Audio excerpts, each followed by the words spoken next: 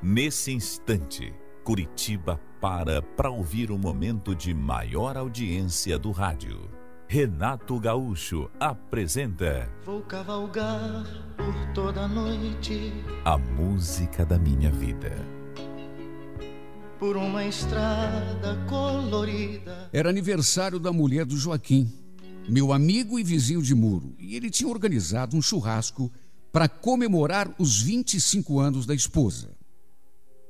Em vez de fazer tudo dentro de casa, até porque tinha bastante gente, ele acabou improvisando uma mesa no quintal, ao lado da churrasqueira, porque, como estava fazendo calor, ele achou que o pessoal ia se sentir mais à vontade.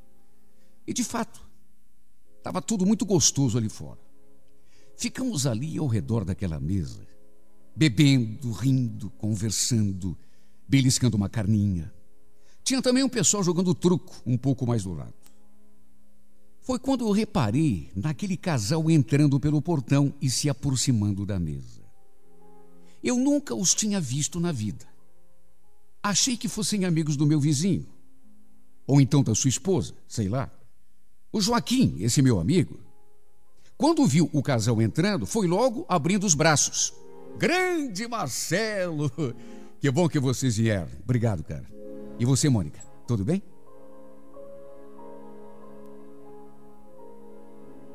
Eu reparei que o tal Marcelo estava com uma Bíblia nas mãos. Aliás, a julgar pelo modo como se vestia, eu cheguei a pensar que ele fosse pastor. Depois o próprio Joaquim me confirmou que eles eram testemunhas de Jeová. Lá pelas tantas, ele inclusive reuniu o pessoal em volta da mesa para fazer uma oração em favor da aniversariante e do alimento que estava sendo servido. Olha, eu sei que não é uma coisa muito elegante o que eu vou falar, mas a verdade é que durante toda a oração, eu não consegui desviar os olhos daquela mulher. Vi quando o Joaquim a chamou de Mônica. E olha, era uma mulher bonita. Certas coisas a gente faz até meio por instinto, sem querer, sem nenhuma segunda intenção. E foi o que aconteceu, juro que foi. Durante toda a oração, eu fiquei reparando nela, nos seus gestos, no modo como movimentava os lábios para rezar. Eu achei aquela mulher tão linda que simplesmente não consegui desviar o olhar. Mas, repito, tudo sem malícia. Uma hora, quando eu e o Joaquim conversávamos sobre trabalho, eu apontei na direção daquele casal e perguntei para ele: e aqueles dois ali, Joaquim, você os conhece de onde? Quem, o Marcelo e a Mônica? Ah, eles moram perto da casa do meu pai. Aliás, eu estou arranjando uma casa para eles aqui mesmo na rua. Parece que o dono do sobrado onde eles moram pediu a casa e parece que eles estão precisando de uma certa urgência, vão ter que desocupar até o final do mês. Estou vendo se consigo arrumar para eles aqui. Você sabe a casa onde o Vanderlei morava? Aquela da esquina? Pois então. O Joaquim era corretor de imóveis. Para minha surpresa, acabou me contando uma coisa a respeito daquele casal que eu francamente custei acreditar. Primeiro, ele me confirmou que eles eram testemunhas de Jeová, que ainda não fazia nem um ano que estavam casados. E depois soltou aquela, assim em tom de confidência. Bonita ela, né? Pois olha, se eu te contar, você não vai acreditar. Já andei dando uns pega nessa mulher. Olha, eu simplesmente não acreditei quando ele falou aquilo. Como é que é? Mas como assim? Fui eu que arrumei essa casa onde eles estão morando, lá perto da casa do meu pai. Tá, mas o que isso tem a ver? Tem a ver que, quando eu fui mostrar a casa para ela, acabou rolando um clima, você entende? Você acredita que a gente transou lá mesmo, no chão daquela casa? Casa vazia. Eu, francamente, não acreditei. Mas olha, não acreditei mesmo.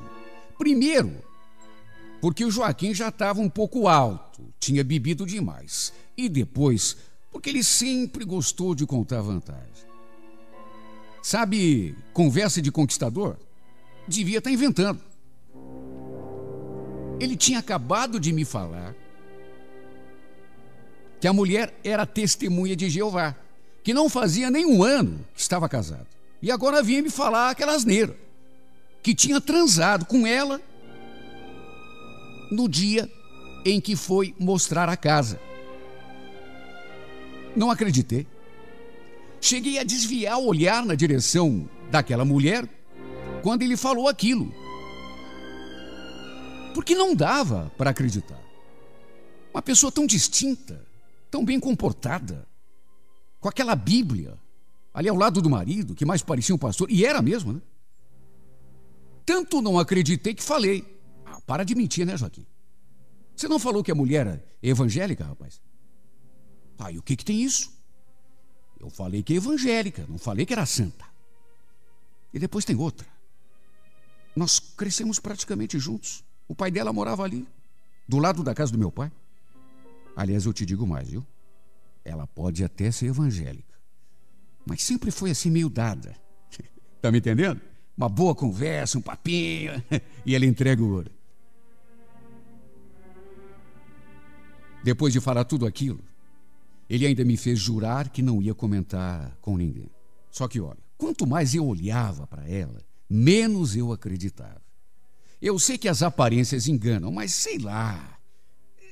Você percebe quando Eu fiquei tão impressionado com a beleza daquela menina. E ela me pareceu tão distinta. Devia ter o quê? 23, 24 anos. Mas uma pessoa educada, discreta. Bom, no fim das contas, algumas semanas depois, eles realmente acabaram se mudando ali para a nossa rua, exatamente para aquela casa da esquina, onde morava o Vanderlei. E foi logo depois que eles se mudaram que aconteceu. Eu moro com a minha irmã e um sábado ouvi baterem palmas no portão. Quando olhei pela janela, avistei ninguém menos do que eles, nossos mais novos vizinhos. Como eu já sabia que eles eram testemunhas de Jeová, já até imaginei o motivo da visita. Com toda certeza, estavam querendo fazer uma pregação, ou até, quem sabe, querendo me converter. Não era a primeira vez que testemunhas de Jeová vinham bater à minha porta. E eu não estava enganado. Olha, eu confesso que nunca gostei muito dessas coisas, mas é claro que fui o mais gentil possível com eles, até porque a gente já se conhecia lá do dia do churrasco. Ouvi tudo atentamente, depois ofereci um café, e o fato é que, depois que eles foram embora, parecia até que já nos conhecíamos há muito tempo. Foi realmente uma conversa agradável. Se bem que eu digo isso, quase que exclusivamente por causa da presença dela. Eu olhava assim, de relance para ela, e me perguntava em pensamento: será? Olhando para aquela mulher, sinceramente não dava para dizer que ela fosse uma leviana. Uma mulher que transa com o vizinho no chão de uma casa, sendo casada há pouco menos de um ano. O Joaquim só podia ter inventado aquela história. Só que, ao mesmo tempo, é para se ver como a natureza humana é estranha. Ao mesmo tempo em que eu achava aquilo absurdo, a cada dia que eu via essa mulher na rua ou no quintal da casa deles, confesso que uma ideia absurda começou a ganhar força na minha cabeça, principalmente depois daquele dia em que cruzei com ela sozinha na rua, quando voltava da panificadora. A gente parou assim, um diante do outro. Eu a cumprimentei, ela retribuiu o cumprimento com um sorriso. E não sei o que me deu na cabeça, mas, lembrando das coisas que o Joaquim tinha me falado naquele dia do churrasco, Eu falei. E aí, Mônica? Quando que vocês vão aparecer lá em casa de novo para fazer uma outra pregação? Você sabe que eu me senti de alma leve aquele dia? Ela sorriu. Ué, quando você quiser. E foi então que eu arrisquei. Só que, bom, você bem que podia aparecer sozinha, né? Sabe o que é? É que eu gostei tanto do teu jeitinho de ler a Bíblia. Me tocou o coração. Quem sabe você consiga tirar o diabo do meu corpo. Eu falei aquilo e pisquei para ela. Só que já me arrependi na mesma hora. Não sei o que me deu. Eu falei e já mordi a língua. Foi falar aquela frase infeliz e eu já pensava, meu Deus, que foi que eu falei? Que foi que eu disse para a mulher? Mas aí já tinha dito. Aí já tinha falado. Lembrei daquelas bobagens que Joaquim tinha me contado. Provavelmente mentira dele, invenção. E quando vi, já tinha dito que não devia. Olha, eu já estava até vendo a hora de ela me dar uma dura. Só que, para minha surpresa, ela sorriu. Puxa, que bom que você gostou. Bom, pode deixar que qualquer dia desses eu apareça. Aquela atitude dela me deixou meio confuso. Porque, repito, primeiro falei aquela frase meio sem raciocinar. Tanto não raciocinei, tanto fui levado pelo impulso ao dizer aquela frase, que foi falar e já morder a língua. E aí já fiquei esperando que ela fosse ficar zangada. Me arrependi na mesma hora. Disse, o que eu fui falar? Meu Deus, o que eu fui dizer para a mulher? Só que em vez de ficar zangada, ela riu. E aí foi inevitável eu me perguntar, será? Será? Eu praticamente tinha lhe passado uma cantada. Em vez de ficar ofendida, ela assimilou na boa, até riu. Coisa estranha. A mulher era evangélica, testemunha de Jeová, não fazia nenhum ano que era casada. Quer dizer, teoricamente, diante de uma cantada como aquela que eu... A mulher devia, no mínimo, ficar zangada. E, no entanto, não. Ela riu, levou na boa. Será que o Joaquim tinha falado a verdade? Bom, no fim das contas, ela não apareceu para fazer a tal pregação. No fundo, eu já estava até esperando. O problema é que, em vez de ficar quieto no meu canto, eu resolvi dar em cima dela de novo quando nos encontramos na rua, por acaso, alguns dias depois. Eu senti que ela deu, assim, uma mudada quando me aproximei. Mas, em vez de tomar isso como um aviso e ficar na minha, não. Parei na sua frente e, com a maior cara de pau do mundo, falei: estou te esperando lá em casa até hoje. Você não apareceu? O que foi? Desistiu de tirar o diabo do meu corpo?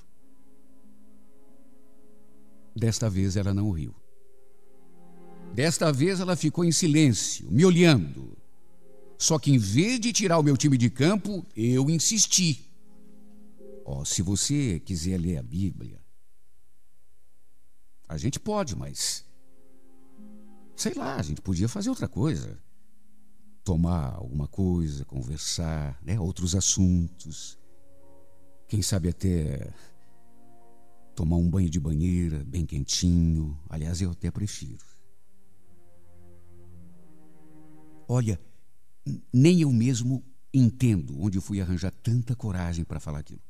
Coragem e cara de pau. Eu fui um cafajeste. Eu tenho consciência disso.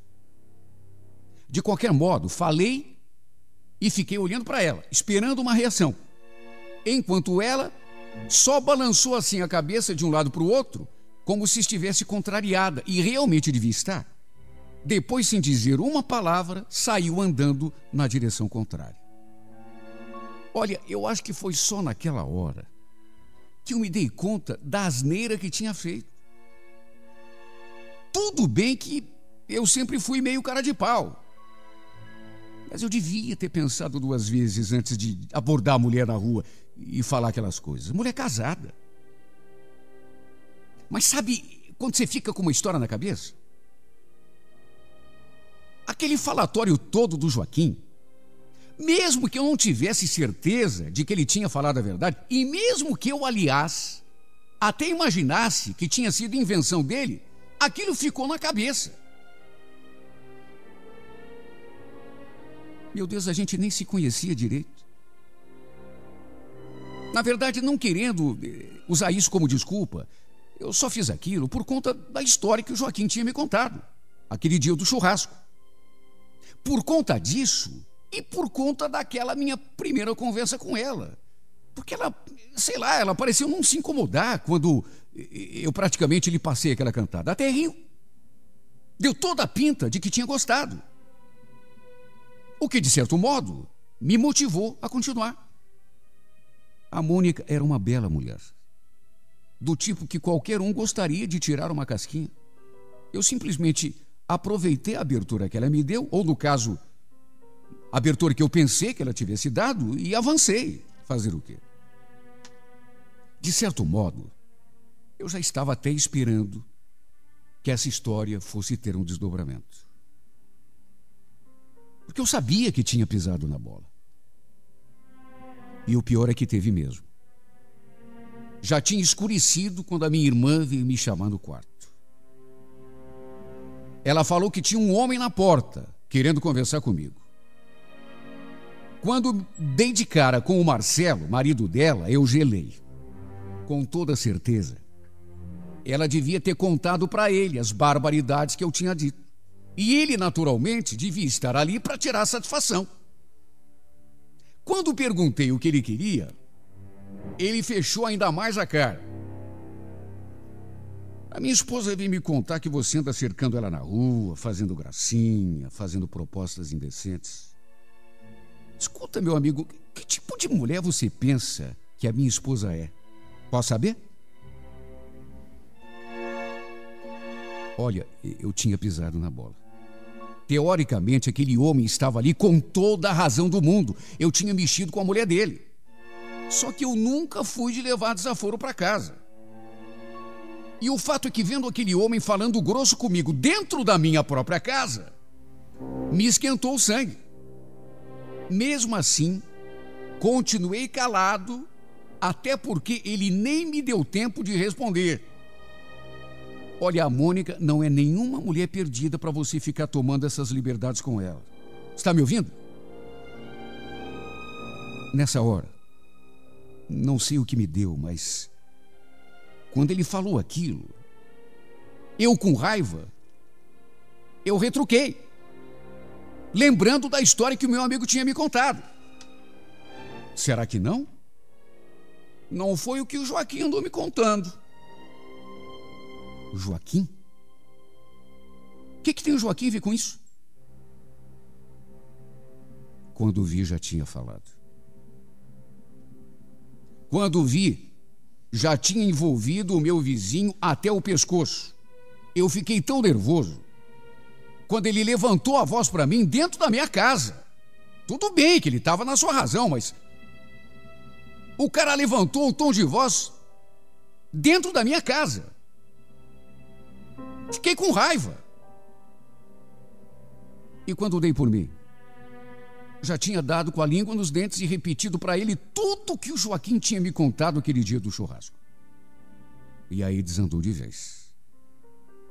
Naturalmente que ele foi tirar satisfação com o Joaquim na mesma hora, até porque eu tinha repetido tudo o que tinha ouvido aquele dia, até que os dois tinham transado quando foram vistoriar a casa que ele tinha para alugar. Sabe, na hora da raiva, do sangue quente, a gente fala besteira mesmo. Eu não pensei nas consequências, simplesmente joguei a sujeira do ventilador. O Joaquim, naturalmente, negou tudo. Me chamou de louco, mentiroso, amigo da onça. Aí ficou a minha palavra contra a dele. Chegamos a bater boca ali na rua. Olha, não sei como não saímos do braço, de tão grande que foi a encrenca. E no meio de tudo isso, ainda tinha a mulher do Joaquim, que naturalmente também ficou cobrando uma explicação do marido. Olha, foi o maior barraco. Até hoje não sei se o Joaquim falou a verdade quando me contou aquelas coisas da Mônica.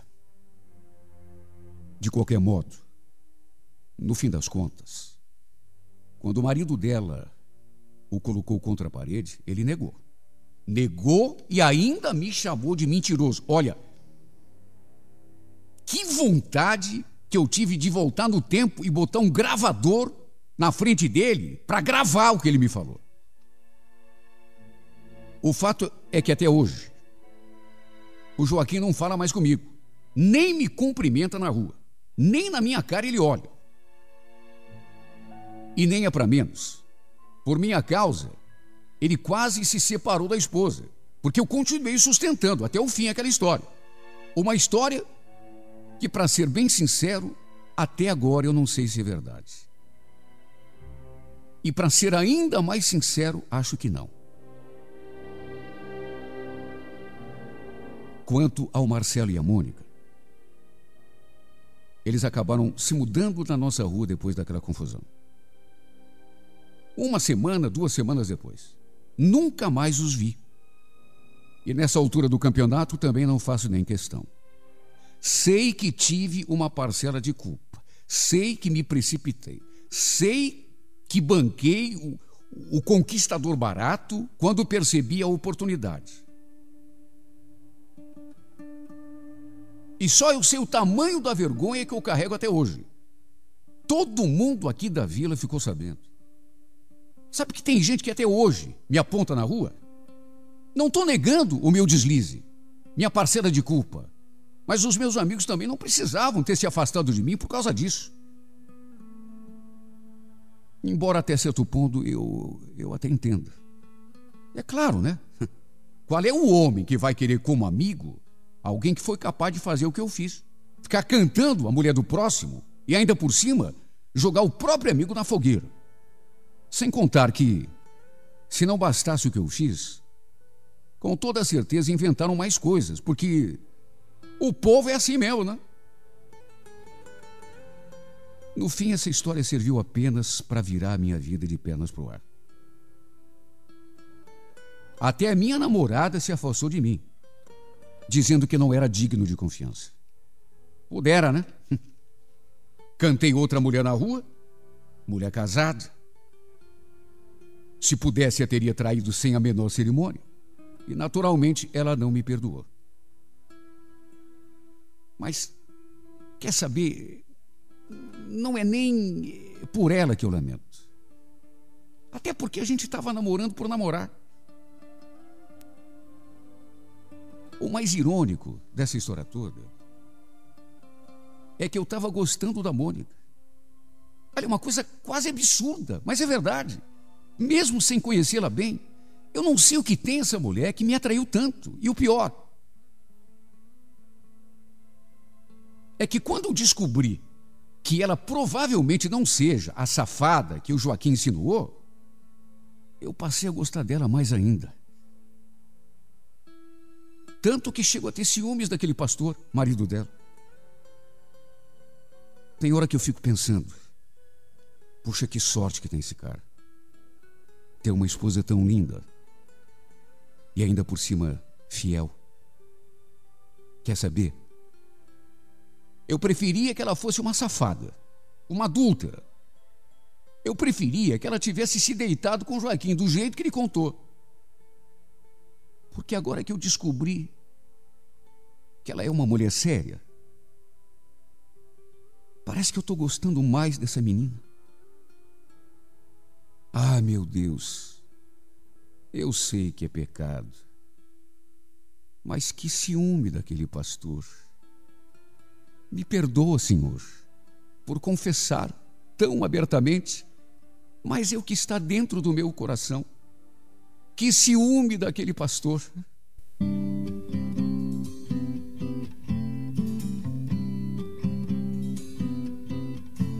I learned the truth at 17, that love was meant for beauty queens and high school girls with clear skin smiles who married young and then retired. The Valentines I never knew, the Friday night charades of youth were spent on one more beautiful. At 17 I learned the truth. And those of us with ravaged faces, lacking in the social graces, desperately remained at home, inventing lovers on the phone who called to say, come dance with me, and murmured vague obscenities. It isn't all it seems. It's 17. A brown-eyed girl in hand-me-downs, whose name I never could pronounce, said, pity please the ones who serve, they only get what they deserve. And the rich relation hometown queen marries into what she needs, with a guarantee of company and haven for the elderly. Remember those who win the game lose the love they sought to gain, in debentures of quality and dubious integrity. The small town eyes will gape at you in dull surprise when payment due exceeds accounts received. It's 17.